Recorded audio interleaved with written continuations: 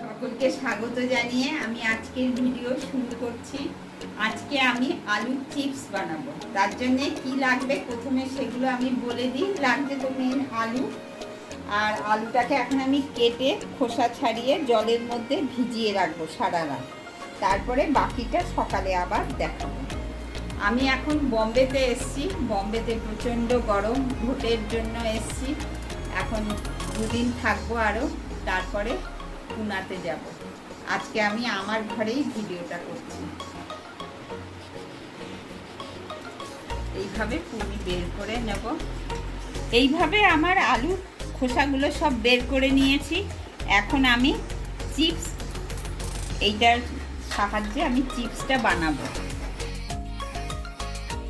এই রকমভাবে আমি সবগুলো করে নেব। আর এটা আমি এখন জলের মধ্যে ভিজিয়ে রাখবো। এরকম জল 2-3 বার পাল্টিয়ে আমি সারা রাত জলে ভিজিয়ে রাখবো। তারপর কালকে সকালে আবার দেখাবো।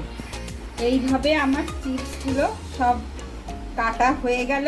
এখন আমি জলের মধ্যে ভিজিয়ে রেখেছি। এখন আমি 2-3 বার এটা জল পাল্টিয়ে ধুয়ে রেখে দেবো সারা রাত।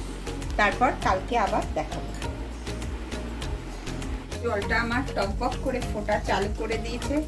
এখন আমি সারা রাত যে চিপসগুলো জলে ভিজিয়ে রেখেছিলাম, এখন আমি এগুলো দিয়ে দেবো। আমার 5 মিনিট টকবক করে ফুটে গেছে। এখন আমি গ্যাসটা বন্ধ করে দেবো। এখন জলটা ছেঁকে রোদে দিয়ে দেবো।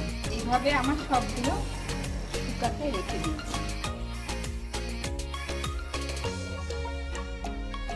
আমার আলুর চিপসগুলো সব শুকিয়ে গেছে, এইরকম ভাবে হয়েছে। এখন আমি এগুলোকে ভেজে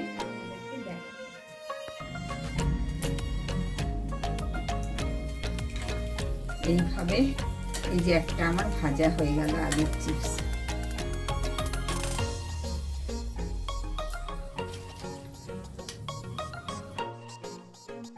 আমি একবারে ঘিয়ে দিয়ে ভেজে নেব।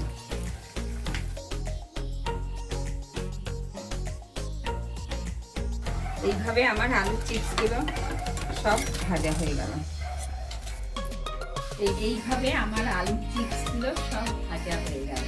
ভিডিওটা ভালো লেগে থাকলে প্লিজ আপনারা লাইক, শেয়ার, কমেন্ট, সাবস্ক্রাইব করবেন। আমার পাশে